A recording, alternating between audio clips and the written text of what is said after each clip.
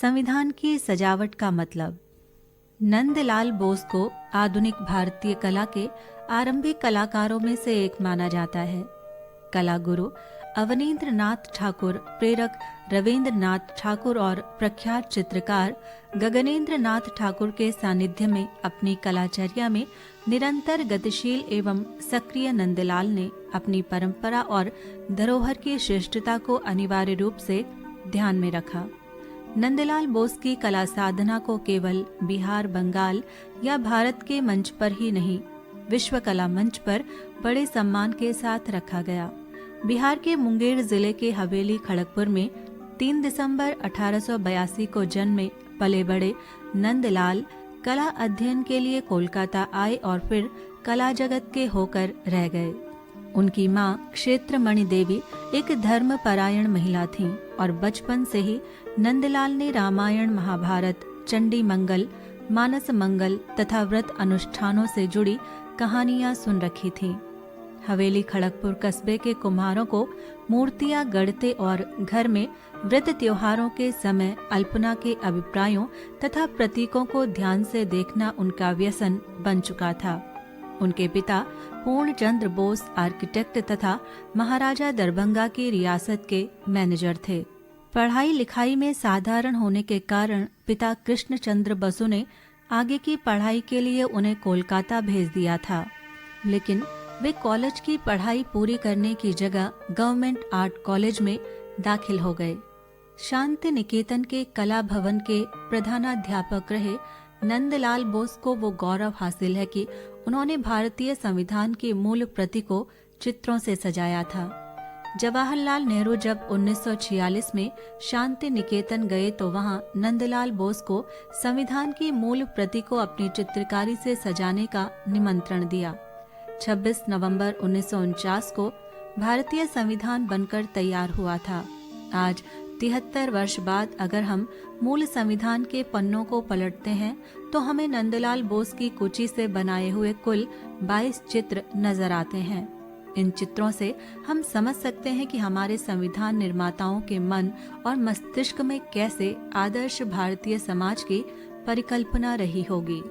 इन चित्रों की शुरुआत मोहनजोदड़ो से होती है और फिर वैदिक काल के गुरुकुल महाकाव्य काल में लंका पर प्रभु राम की विजय, गीता का उपदेश देते श्री कृष्ण, भगवान बुद्ध, भगवान महावीर, सम्राट अशोक द्वारा बौद्ध धर्म का प्रचार, गुप्त वंशीय कला को प्रदर्शित करता हनुमान जी का दृश्य, विक्रमादित्य का दरबार, नालंदा विश्वविद्यालय, उड़िया मूर्तिकला नटराज की प्रतिमा, भगीरथ की तपस्या से गंगा का अवतरण, मुगल काल अकबर का दरबार, शिवाजी और गुरु गोविंद सिंह जी, टीपू सुल्तान और महारानी लक्ष्मीबाई, गांधी जी का दांडी मार्च, नोआखली में दंगा पीड़ितों के बीच गांधी जी, नेताजी सुभाष चंद्र बोस, हिमालय का प्रेरक दृश्य, रेगिस्तान का दृश्य, महासागर का दृश्य शामिल हैं।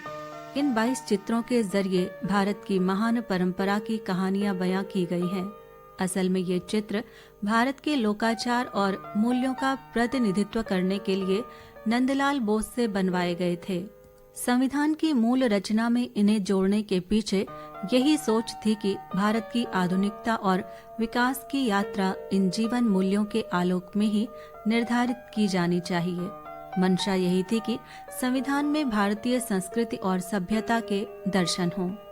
भारतीय संविधान में 22 खंड हैं, जिसे विख्यात चित्रकार नंदलाल बोस ने अपनी उत्कृष्ट चित्रकारी से चित्रित किया है। संविधान की मूल प्रति को सजाने में 4 साल लगे। इस काम के लिए उन्हें 21,000 रुपये मेहनताना दिया गया। नंदलाल बोस जैसे प्रतिभावान कलाकार ने अपनी कला की शैली और उसके पीछे की अवधारणा का विकास भारतीय इतिहास के आदिकाल, ऋग्वैदिक युग, मौर्यकालीन और बुद्ध कला के गहन अध्ययन, अजंता की कंदराओं के चित्रांकन की बारीकियों, फीके पड़ते रंगों और रेखाओं में महीनों तक जान डालने और सांस्कृतिक भारत की परिधि में आने वाले देशों की कला दीर्घाओं की खाक छानने के पश्चात किया था। बड़ी बड़ी तस्वीरों को नंदलाल बोस ने खुद पेंट किया। कलाकार नंदलाल बोस की टीम में उनके शिष्य व्योहार राम मनोहर सिन्हा, दीनानाथ भार्गव, कृपाल सिंह शेखावत, पेरुमल, विनायक शिवराम मासोजी और अन्य कलाकार, जिनमें बोस के 3 बच्चे विश्वरूप बोरा और उनकी पत्नी निवेदिता, भांजा गौरी और उनकी बेटी बानी पटेल, जमुना सेन, अमला बोस थे।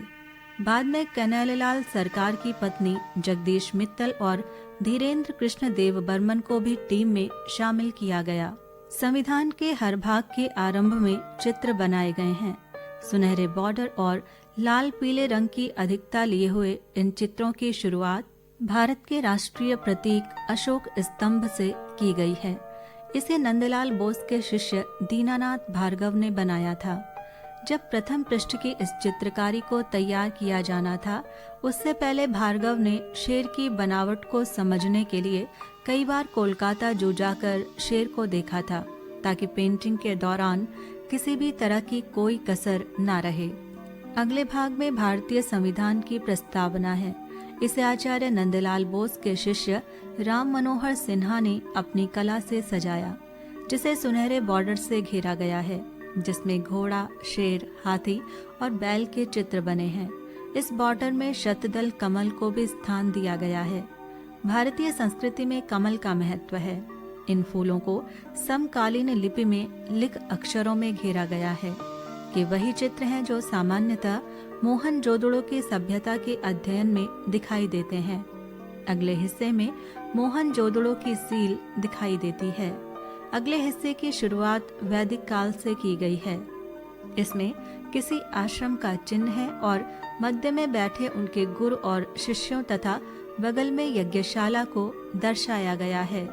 मूल अधिकार वाले भाग की शुरुआत त्रेता युग से की गई है। इस चित्र में भगवान राम की लंका विजय और सीता के साथ वापसी को दिखाया गया है। हालांकि इस चित्र को लेकर संविधान सभा में विवाद भी हुआ था।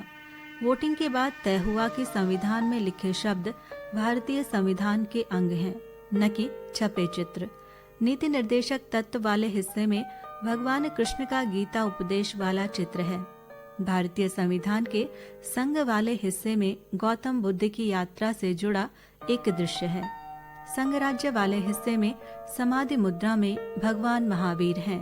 8वें हिस्से में गुप्तकाल की कलाकृति, 10वें हिस्से में नालंदा विश्वविद्यालय की मोहर, 11वें हिस्से में उड़ीसा की मूर्ति कला, 12वें हिस्से में नटराज की मूर्ति, 13वें हिस्से में महाबलीपुरम मंदिर में उकेरी गई कलाकृति, 14वें हिस्से में मुगल स्थापत्य कला, 15वें हिस्से में गुरु गोविंद सिंह और शिवाजी, 16वें हिस्से में संघर्षरत टीपू सुल्तान और झांसी की रानी, 17वें हिस्से में महात्मा गांधी की दांडी यात्रा और अगले भाग में नोआखली यात्रा से जुड़ा चित्र भी है। इस चित्र में बापू के साथ दीनबंधु एंड्रयूज हैं। एक हिंदू महिला गांधी जी को तिलक लगा रही है और कुछ मुस्लिम हाथ जोड़े खड़े हैं। यह चित्र सांप्रदायिक सद्भावना का परिचायक है। 19वें हिस्से में नेताजी सुभाष चंद्र बोस, 20वें हिस्से में हिमालय के उतुंग शिखर हैं। ये भारतीय सभ्यता की ऊंचाई को प्रतिबिंबित करता है।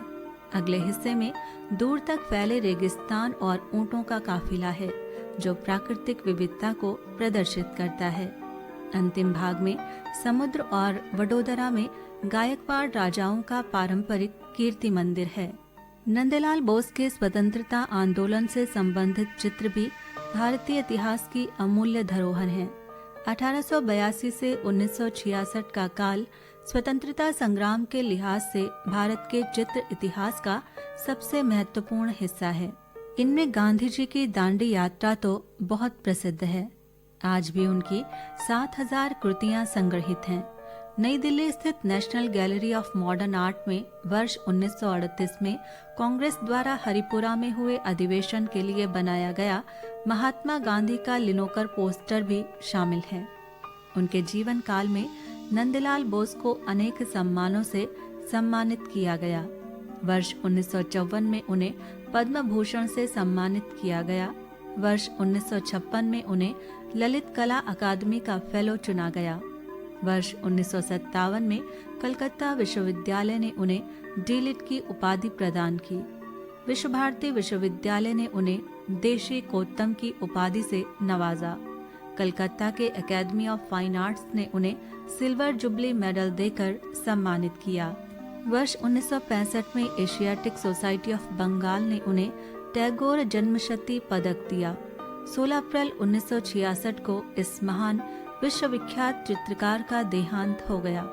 उनकी जन्मभूमि हवेली खड़गपुर में साहित्यिक एवं सांस्कृतिक संस्था द्वारा उनकी आदमकद प्रतिमा स्थापित की गई।